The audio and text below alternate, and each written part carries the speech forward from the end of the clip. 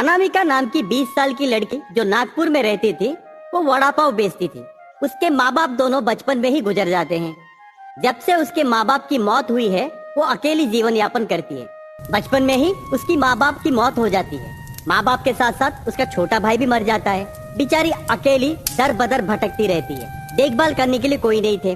7 साल की उम्र में वो अपनी छोटी सी खोली में रहकर घर के आंगन में ही एक छोटा सा ठेला लगाकर वड़ा पाव बेचती है। बचपन से ही मेहनत की आदत लगने के कारण वो बहुत सख्त दिल की हो चुकी थी। उसके साथ कोई पंगा लेता था तो वो पटका पटका के मारती थी।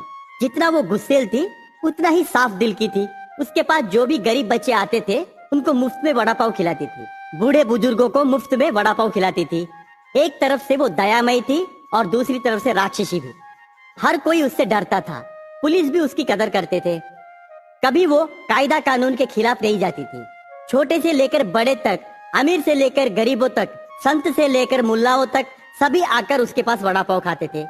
वो हर धर्म को मानती थी और हर इंसान को एक जैसे देखती थी। एक बार उसके होटल में कुछ गुंडे आए और उसके साथ बदतमीजी करने की कोशिश किए। वो चुपचाप कुछ देर तक सहने लगी। उन गुंडों में से एक आकर जब अनामिका के बाजू में हाथ रखा तो अनामिका तुरंत उसका हाथ मरोड़ के नीचे पटक दी। वहाँ पर मौजूद सभी लोग आश्चर्य हो गए। अनामिका अपना असली रूप दिखाई। गुंडे से बोली, क्या समझते हो मैं अकेली लड़की हूँ इसलिए मेरे ऊपर हाथ डालोगे? तुम लोग मुझे ठीक से नहीं पहचानते हो। जो लोग हाथ फैला के आते उनको पेट भर के खाना देती हूँ।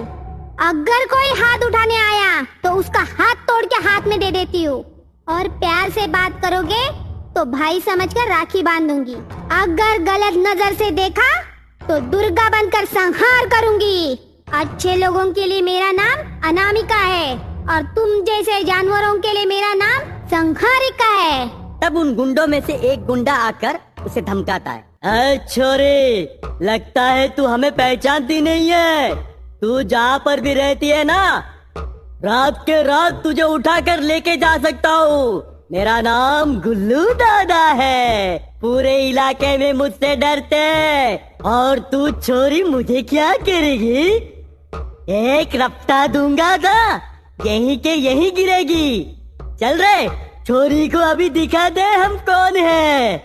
अनामिका के ऊपर सारे गुंडे टूट पड़ते हैं। अनामिका तब अपना असली रूप दिखाती है। एक एक को पटका पटका के मारती है। ऐसा मारती है कि उनको उनकी नानी याद आ जाती है। गुल्लू दादा के सारे लोग भाग जाते हैं। अकेला गुल्लू दादा बच जाता है। गंजड़ गुल्लू दादा को अनामिका पकड़ लेती है और खूब धोती है। तब गुल्लू दादा अनामिका का पैर पकड़ लेता है। बहन, मुझे माफ कर देना, मेरी गलती हो गई। मैंने सोचा तुम एक आम लड़की हो पर तुम डायन निकली। अनामिका को गुस्सा आया। क्या बोला रे तू? मैं डायन हूँ? नहीं बहन, तुम डायन नहीं हो, तुम तो स्वयं दुर्गा माता हो। जितने भी लोग यहाँ पे हैं, सब सुन लो। आज से इसका मैंने नामकरण किया है। आज से इसका नाम गुल्लू दादा नहीं बल्कि उल्लू दादा है। सब बोलो उल्लू दादा, उल्लू दादा। वहाँ पर मौजूद सभी लोग उल्लू दादा का नारा डालते हैं और वो गुल्लू दादा वहाँ से भाग निकलता है। दूर खड़ा रमेश ये नजारा देखता जाता है। रमेश प्रसाद और शारदा का इकलौता बेटा है। वो रोज अनामिका के यहाँ वड़ा पाव खाने के लिए आता था। वड़ा पाव के साथ साथ अनामिका के ऊपर उसको प्यार भी आ गया था, पर इजहार करने की हिम्मत उसमें नहीं थी। पर ये नजारा देखने के बाद अनामिका के साथ बात करने की हिम्मत उसने जुटाई। रोज रमेश आकर वड़ा पाव खाता था, लेकिन अनामिका कभी उसे भाव तक नहीं देती थी।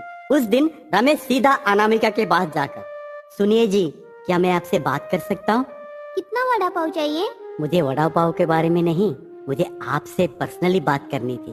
पर्सनली क्या बात करेगा तू? आज तक किसी ने मेरे साथ पर्सनली बात नहीं की। खाना है तो वड़ा पाव खा और फुट यहाँ से। पिछले कई महीनों से रोज मैं आपके पास आकर वड़ा पाव खाता हूँ। सिर्फ आपको देखने के लिए यहाँ पर आता हूँ। वैसे आपका वड़ा पाव भी बहुत मशहूर है। उसके साथ साथ आपकी खूबसूरती का भी मैं दीवाना हूँ। आप मुझे बहुत पसंद है जी। एक बार नजर से नजर मिलाकर तो देखिए, मैं भी आपको पसंद आ जाऊंगा। तू जैसे कस्टमर यहाँ पे हर रोज आते और मेरे साथ इस तरह का बर्ताव करते और तेरे जैसे हजारों लड़के हर रोज प्रपोज मारते। मैंने आज तक किसी के नजरों में नजरें डालकर नहीं देखा है। और तू कौन सा 30 मार खाने रे जो तेरी नजर में नजर डालूं? खाएगा तो वड़ा पाव खा वरना निकल यहाँ से। अनामिका जी, मैं वैसा लड़का नहीं हूँ जो सिर्फ आपको पटाने के लिए शायरी मारता फिरूं। मैं दिल से आपसे प्यार करता हूँ, करोड़पति बाप का इकलौता बेटा हूँ। फिर भी मैं आपके सामने घुटने टेक के पूछ रहा हूँ, मैं आपसे बहुत प्यार करता हूँ। आप हाँ बोलेंगे तो मैं आपसे शादी करना चाहता हूँ। एक बार मेरी आंखों में आंख डालकर देखिए, आपको मेरी आंखों में प्यार साफ नजर आएगा।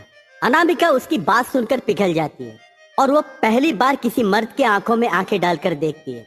नजरों से जब नजरें टकराई, अनामिका को भी उससे प्यार हो जाता है। पर अब अनामिका उससे एक शर्त रखती है। ठीक है, मैं तुमसे शादी करने के लिए तैयार हूँ, पर मेरी भी एक शर्त होगी। मैं रोज वड़ा पाव बनाऊंगी। वड़ा पाव बनाने के लिए मुझे कोई नहीं रोकना चाहिए। मुझे वड़ा पाव बनाकर लोगों को खिलाना बहुत पसंद है। इतनी सी बात? मेरे घर में 200 नौकर हैं। रोज सुबह तुम उठकर उन नौकरों के साथ साथ हमारे परिवार वालों को भी वड़ा पाव बनाकर खिलाओ। अब तो हाँ बोल दो।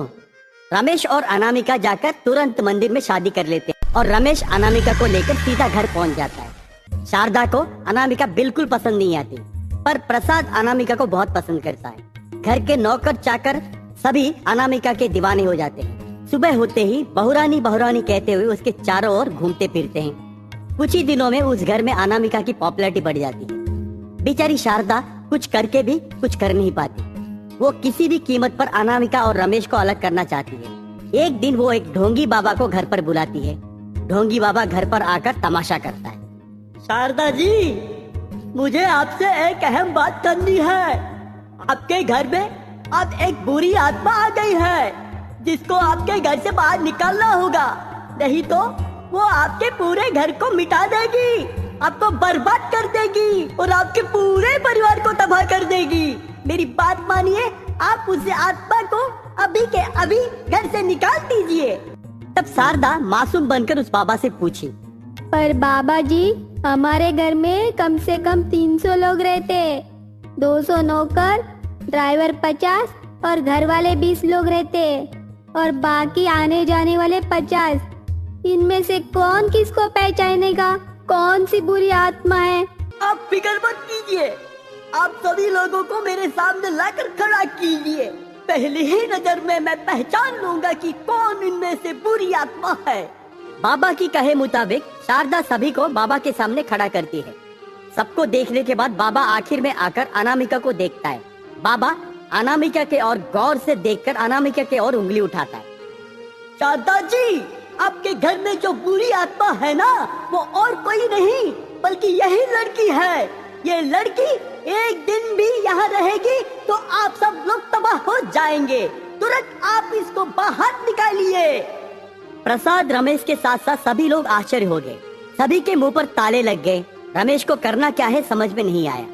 अब अनामिका को घर से निकाले या घर पर रखे, किसी को कुछ समझ में नहीं आ रहा था। शारदा को लगा कि मेरी जीत अब पक्की है। तब उसकी आवाज निकली, मुझे पहले दिन से ही पता था। जब से लड़की मेरे घर पे आई, उसी दिन से मुझे पता लग गया था कि ये लड़की अच्छी नहीं है। मुझे इसके चाल चलन से पहले दिन से शक हुआ था। सबको आते ही, पलक झपकाते ही इसने अपने वश में कर लिया था। इतनी जल्दी सबको वश में कर लेना कोई आम बात नहीं है। ये काम कोई देवता कर सकता है या कोई चुड़ैल, और ये जहाँ से आई है वहाँ पे कोई देवता तो रहता ही नहीं होगा। यह चुड़ैल है, चुड़ैल।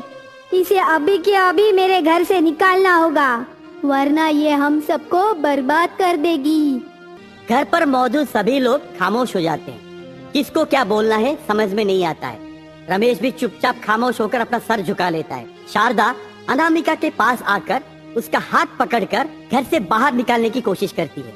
तब अनामिका शारदा के हाथ को पटका के उनके घर में मौजूद 55 इंच का टीवी ऑन करती है। टीवी जब ऑन होता है, सब लोग हैरान हो जाते हैं। शारदा टीवी में उस ढोंगी बाबा से बात करती है, तुम कुछ भी करो, उस अनपढ़ गंवार लड़की को इस घर में रखना नहीं है। कुछ न कुछ करके उसको इस घर से बाहर निकाल दो।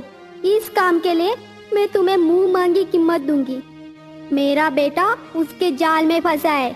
एक बार वह उसके माया से बाहर निकल आएगा तो उसकी शादी मैं किसी अमीर खानदान की लड़की से करवा दूंगी। अनामिका तब टीवी बंद करती है। घर के पूरे सदस्य हक्का बक्का होकर शारदा की ओर देखते हैं। तब अनामिका शारदा से, माँ जी, मैंने कोई कच्ची गोलियां नहीं खेली है। मैं अनपढ़ हूँ, मगर मेरे पास तेज दिमाग है। मैं इस घर में जिस दिन आई थी तभी मुझे पता चल गया था कि आप कोई ऐसी नीच हरकत करेंगी। मैं 24 घंटे आपके ऊपर नजर रखी हुई थी। देखा, आपने जो गड्ढा खोदा था उस गड्ढे में आप खुद ही गिर गई। मुझसे पंगा लेना आप ही को भारी पड़ गया ना माँ जी। घर के पूरे सदस्य आकर अनामिका से माफी मांगे और उस ढोंगी बाबा को मार मार के घर से भगाए। और शारदा आकर अनामिका से माफी मांगी और अनामिका भी माफ कर दी। उस दिन के बाद सब लोग मिलजुल कर रहने लगे।